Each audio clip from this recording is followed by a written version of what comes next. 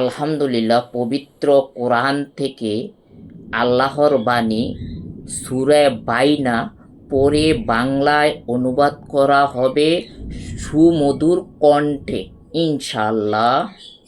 বিসমিল্লাহির রহমানির রহিম। লাম ইয়াকুনিল্লাযীনা কাফারু মিন আহলিল কিতাবি ওয়াল মুশরিকিনা মুনফাক্কিনা হাত্তা তা'তিয়াহুমুল বায়িনাহ রাসূলুম মিনাল্লাহি ইয়াতলু সুহুফান মুতাহহারা ফীহা কুতুবুন কায়্যিমাহ ওয়া মা তাফাররাকাল্লাযীনা উতুল কিতাবা ইল্লা মিন বা'দি মা جاءتهم البينة وما أمروا إلا ليعبدوا الله مخلصين له الدين حنفاء ويقيموا الصلاة ويؤتوا الزكاة وذلك دين القيمة إن الذين كفروا من أهل الكتاب والمشركين في نار جهنم خالدين فيها أولئك هم شر البرية إن الذين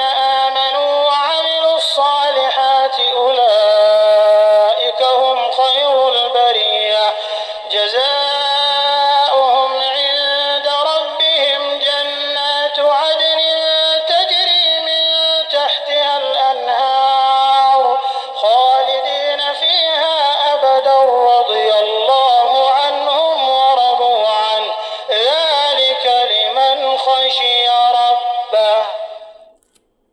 পরম করুণাময় অতি দয়ালু আল্লাহর নামে। কিতাবীদের মধ্যে যারা কুফরি করে তারা ও মুশরিকরা তাদের কাছে সুস্পষ্ট প্রমাণ না আসা পর্যন্ত নিজেদের অবিশ্বাসে অটল থাকবে।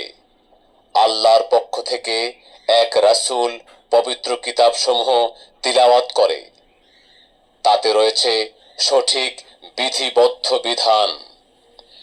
আর কিতাবীরা তাদের কাছে সুস্পষ্ট প্রমাণ আসার পরই কেবল মতভেদ করেছে। আর তাদেরকে কেবল এই নির্দেশ দেয়া হয়েছিল যে তারা যেন আল্লাহর ইবাদত করে, তারই জন্য দিনকে একনিষ্ঠ করে, সালাত কায়েম করে এবং যাকাত দেয়, আর এটি হলো সঠিক দিন। নিশ্চয়ই কিতাবীদের মধ্যে যারা কুফরি করেছে ও মুশরিকরা জাহান্নামের আগুনে থাকবে স্থায়ীভাবে। ওরাই হলো নিকৃষ্ট সৃষ্টি।